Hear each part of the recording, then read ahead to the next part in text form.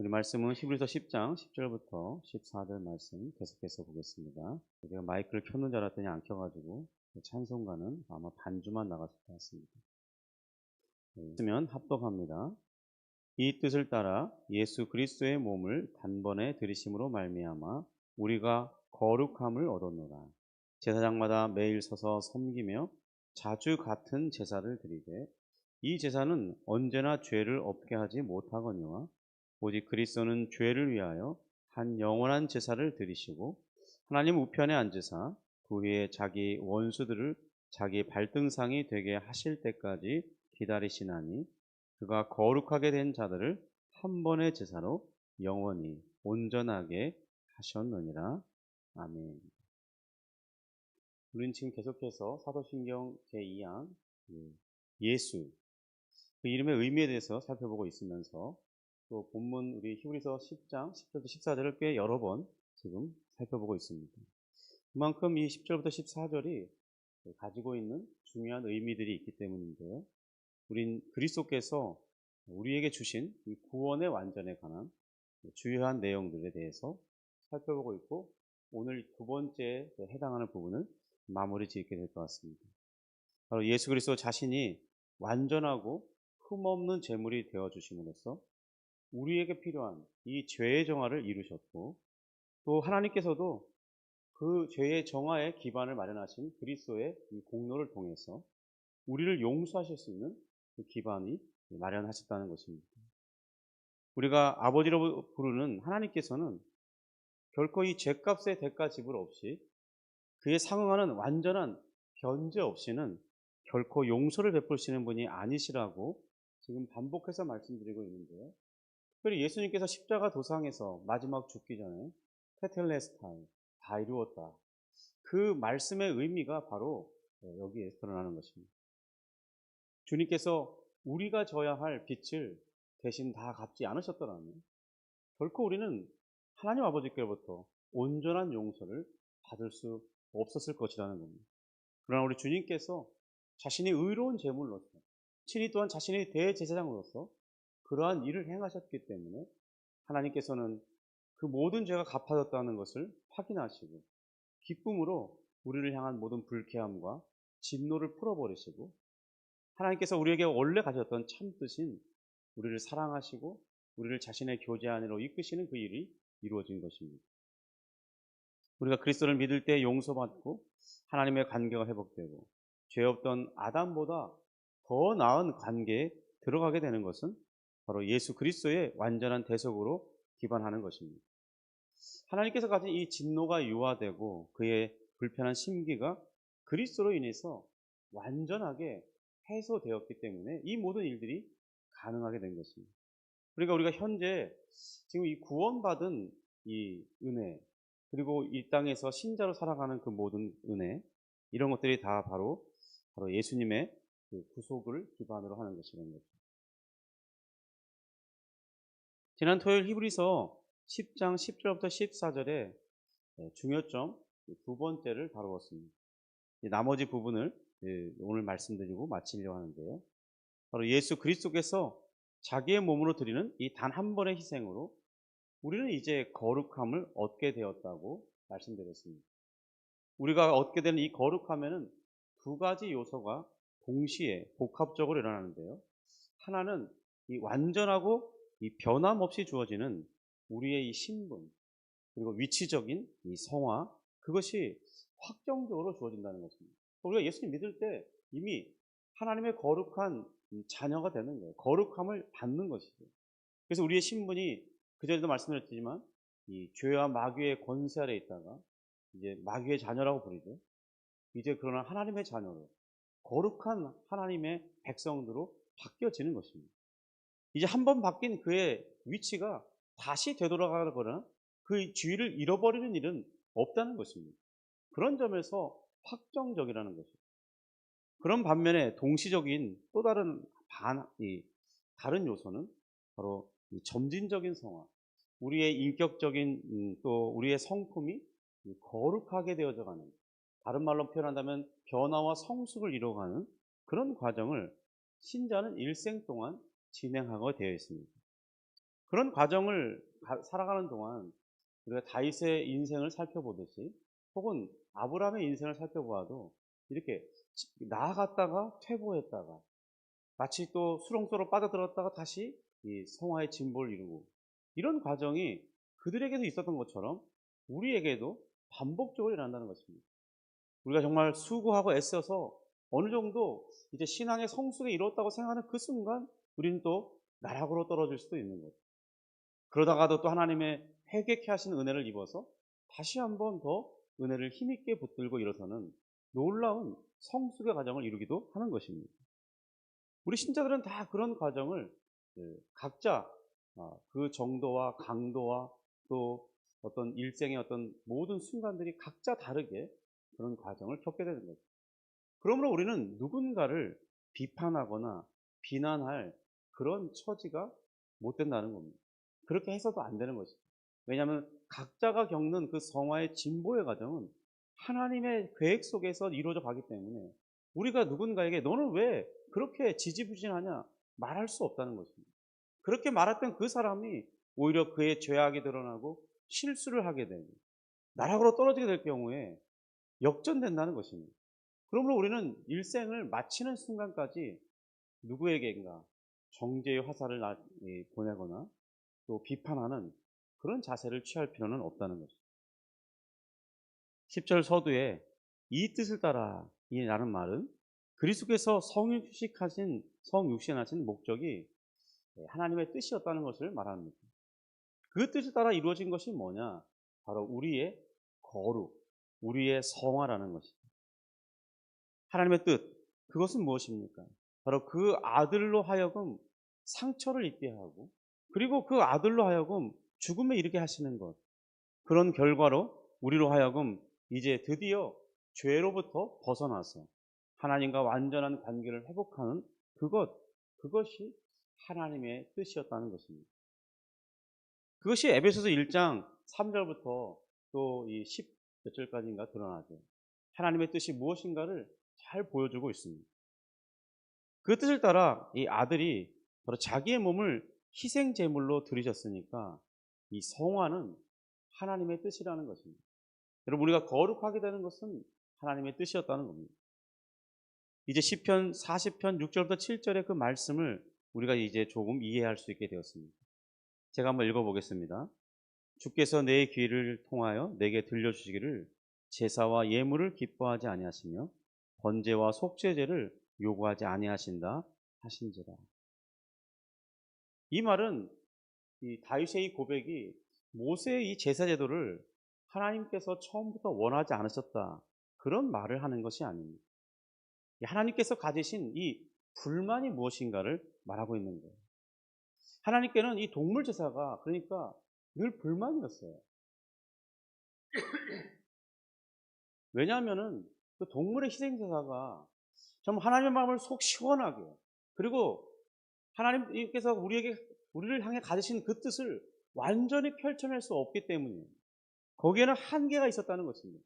물론 잠시 죄를 덮고 우리가 하나님께 나아갈 수 있는 그 길을 잠깐 여는 부분적으로 이렇게 열어주는 역할을 했지만 그것이 이 성전 안에 있는 휘장이 늘 하나님과 우리 사이에 뭔가 벽이 되고 백성들도 그런 닫혀진 휘장을 보면서 또 제사장들이 늘 수고하는 그런 모습을 보면서 자신의 어떤 이 죄의식을 강화하는 내가 하나님께 나아가기에는 늘 부족하구나 그런 모습을 보면서 이 양심의 어떤 자유함을 얻지 못했다는 거예요.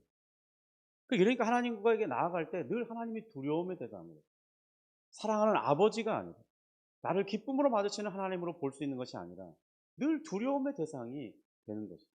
이것은 하나님께서 이 구약의 제사가 완전한 만족을 주지 못했다는 증거라는 것입니다. 불만을 가지셨다는 거예요. 그래서 하나님께서는 자기 아들로 하여금 완전한 희생 제사를 드릴 때까지만 그냥 잠정적으로 허락해 주셨다는 것입니다. 이제 아들이 그 일을 기쁨으로 다 이루었어요. 그러니까 더 이상 하나님이 이 구약의 동물 제사를 유지할 필요가 없으신 거예요. 그러니까 즉각 폐해 버리시는 것입니다. 너는 임무를 다 했다는 거죠. 마치 이 세례 요한이 이 예수님의 그 사역을 드러낼 때 자신은 폐하여지는 것이 마땅하다. 이렇게 말했던 것처럼 주님이 오시면 자신의 역할은 종료되는 거죠. 그럼 이것이 율법이 가진 기능이었습니다.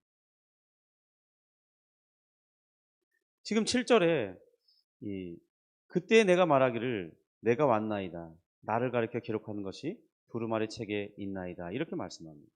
그러니까 이게 지금 하나님께서 그렇게 불만스러웠던 이 동물로 말미암는 희생제사를 마침내 폐하시고 하나님께서 원하시는 그 목적을 이루어주신 이 아들, 이 목적을 이루실 아들이 마침내 이 땅에 오셨다는, 그래서 하나님이 참으로 이제 아들을 이 땅에 보내신 것에 대해서 기뻐하고 계십니다.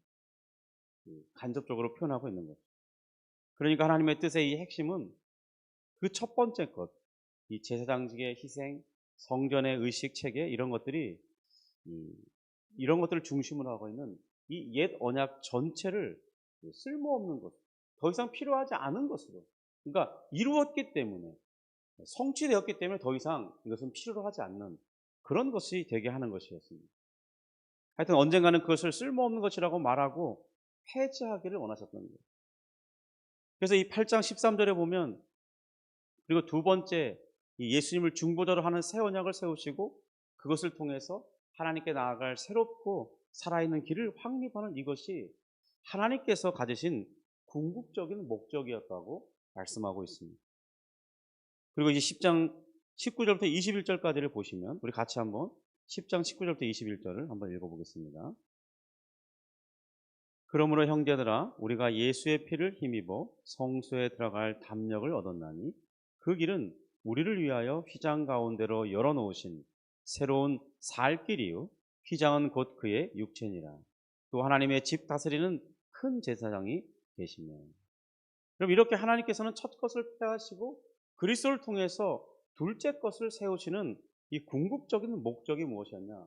바로 우리의 성화였다는 것입니다.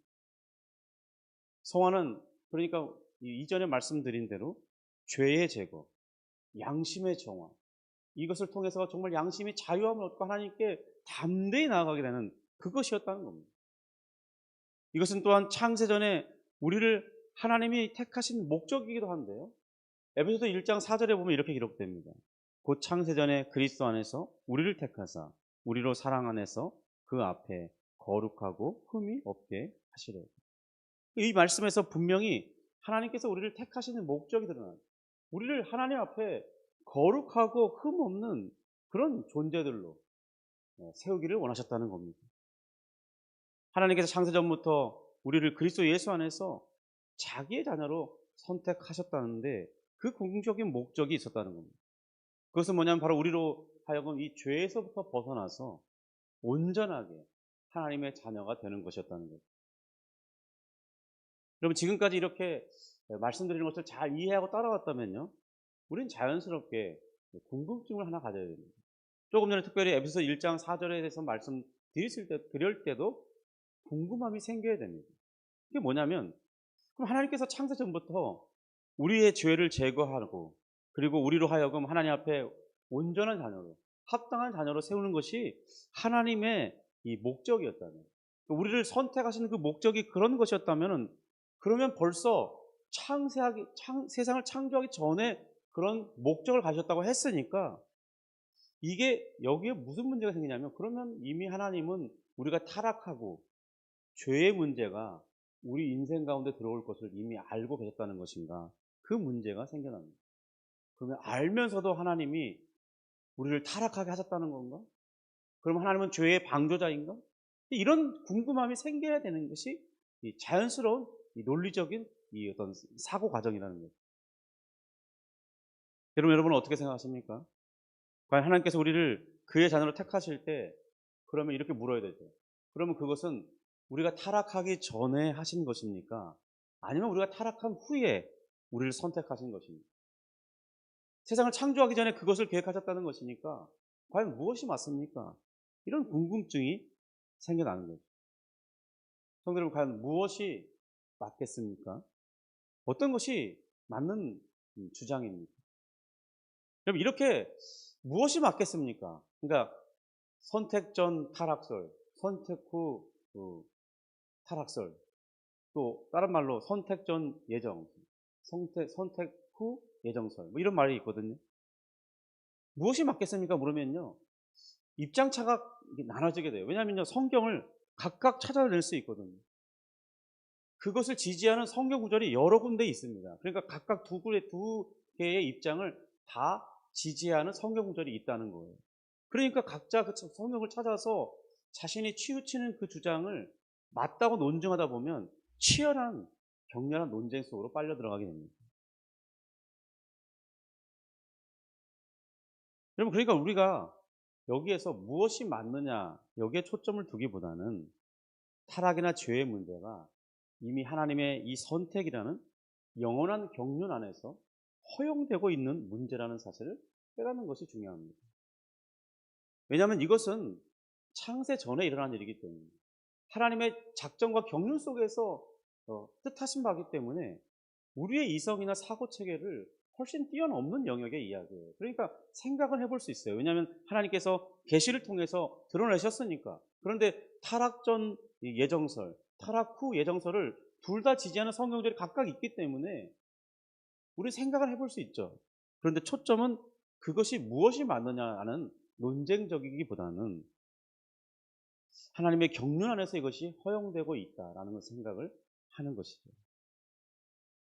그만큼 하나님께서 우리로 하여금 이 죄를 제거하시는, 죄를 깨끗하게 하시는 것, 또 우리의 양심이 거리낌 없이 하나님 앞에 나아갈 수 있는 그런 정화의 과정을 거치는 것, 이것이 창세전부터 가졌던 하나님의 목적이라는 것을 우리가 아는 게 중요하다는 것입니다. 여러분, 그만큼 하나님께서 우리가 거룩하기를 바라신다는 거예요. 여러분, 이렇게 우리가 하나님의 뜻을 알게 되면 이 땅을 사는 동안 이 성화의 진보를 위해 부단히 노력해야 될 그런 이유가 설명이 됩니다. 그런데 우리가 생각해 볼 때 요즘 일부 견해에서는 이 성화가 없는 믿음은 전반적으로 바른 믿음이 아니라고 단정하고요. 행위를 강조하는 그런 분들이 꽤 있습니다. 그것이 잘못된 것은 아닐 수 있습니다. 여러분, 성화가 뒤따르지 않는 이 믿음, 그러니까 우리의 믿음의 진보가 나타나지 않는 이 믿음, 그건 야고보서에서 말하고 있듯이 정말 죽은 믿음, 자신의 믿음을 증명할 수 없는 그런 상황에 있다는 거예요. 여러분, 거기에는 능력이 나타나지 않습니다. 다른 사람들에게 감화를 끼칠 수 없어요. 여러분, 내가 늘 예수 믿기 전에 생활처럼 똑같이 행동하는데 어쩌면 그 이전보다 더 못하게 사는데 어떻게 우리가 믿음 있음을 드러낼 수 있겠습니까? 우리 삶 속에 착한 행실이 드러나지 않는데 무엇으로 우리가 예수님을 드러낼 수 있겠냐는 거죠. 그러니까 믿는다면 믿음에 부합하는 행동이 따라와야 되는 것입니다. 그래서 우리는 그것을 나타내기 위해서 정말 부단히 수고하고 노력해야 되는 것입니다. 그러나 그것이 거기에서부터 한 걸음 더 나아가서 그 믿음에 부합하는 행위가 없기 때문에 그런 믿음으로는 구원받을 수 없다. 이렇게 말하면 이제 그것은 이 구원론에 대한 극단적인 주장을 하게 되는 그런 문제에 빠지게 됩니다. 그럼 일부 주권 구원론자들이 이렇게 주장해요. 너의 믿음의 행동이 뒤따라오지 않는다면 너의 믿음은 가짜다. 구원받을 수 없다. 이렇게 주장하게 돼요. 그러면 그것은 복음이 선포하는 진리에서 벗어나는 위험성을 가지고 있습니다. 이 부분도 꽤 논쟁적이기 때문에 혹시 다음에 이런 것을 다룰 만한 본문이 나온다면 다음에 다루기로 하고요. 어쨌든 결론적으로 여러분, 성화는 우리가 거룩해지려고 노력해서 얻는 그런 보상적인 차원에서 주어지는 것이 아니라는 겁니다. 우리가 지금 계속해서 며칠 동안 살펴보았지만은 성화는 바로 예수 그리스도의 속죄의 은혜를 통해서 주어지는 선물이라는 사실을 기억해야 됩니다. 여러분, 우리가 거룩해져야 할 이유가 무엇입니까? 우리 성품이 바뀌어야 할 이유가 뭐예요? 하나님의 은혜로 우리가 거룩함을 입었기 때문입니다. 우리가 거룩한 하나님의 자녀가 됐기 때문에 우리 삶 속에서도 이 거룩함을 드러내야 되는 거예요. 여러분, 이것은 일방적으로 주어진 것이었습니다. 여러분, 우리가 의도한 것이 아니었어요. 하나님이 선택하신 그때에 예정 가운데서부터 우리에게 주어지기로 한 것, 그것이 바로 거룩함이었다는 것입니다. 성도들, 그러므로 우리가 하나님께로 받은 이 모든 것이 다 은혜이고 선물인 것을 기억해야 합니다. 하나님께서 마련하시고 주지 않으셨더라면 우리는 결코 그 어떤 것 하나도 받을 수 없는 그런 존재였다는 거예요. 그러므로 나의 오늘 이 구원의 상태가 어떤 상태에 있든지 어느 지점까지 도달했든지 그것과는 상관없이 먼저 우리는 하나님이 주신 구원의 은혜로 말미암아 기뻐하는 것, 감사하는 것이 우리가 먼저 보여야 할 태도라는 것입니다. 여러분, 부모를 기쁘시게 하는 것은요, 부모에게 감사하는 거예요. 부모님이 내게 베풀어 주신 그 은혜, 그 수고, 정말 그런 것들을 생각하면서 감사할 때, 무엇을 부모님이 수고했으니까 무엇인가 수고해서 물건을 사다가 드리는 그것이 부모님을 기쁘게 하는 것이 아닙니다. 수백만 원짜리 여행권을 가지고 여행을 보내드리는 것, 그것이 진정 부모를 기쁘게 하는 게 아닐 수도 있어요. 그것보다 더 근본적으로 그것을 왜 하냐는 거죠. 정말 부모님의 은혜가 지극히 감사하고 정말 나를 위해 수고한 그 모든 걸 생각할 때 부모에게 감사가 되는 거예요. 부모님 감사합니다. 저를 위해서 이렇게 고생해 주신 것 고맙습니다.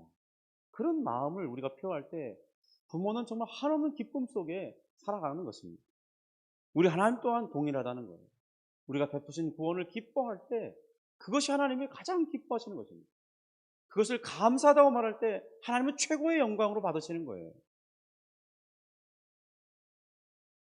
여러분, 우리가 그런 기쁨과 감사를 먼저 표하는 삶이 실천될 때, 그래야 우리의 삶에서 드러내야 할 이 성품적인 변화와 성숙, 바로 그것이 우리에게 무거운 짐이 아니라 즐겁게 걸어가야 하는 그런 즐거운 과제로 바뀌는 것입니다.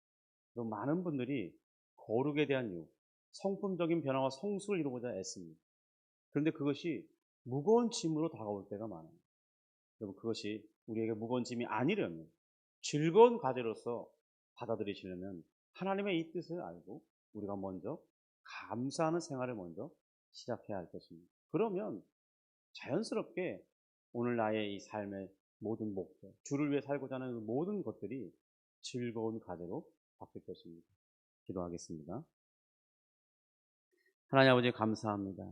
주님께서 우리를 구원하신 그 뜻, 하나님, 먼저는 우리가 하나님으로부터 온 모든 것들을, 그것이 하나님의 지극히 수고하심으로써 오늘도 쉬지 않고 일하시는 결과로 우리에게 주어지는 것입니다.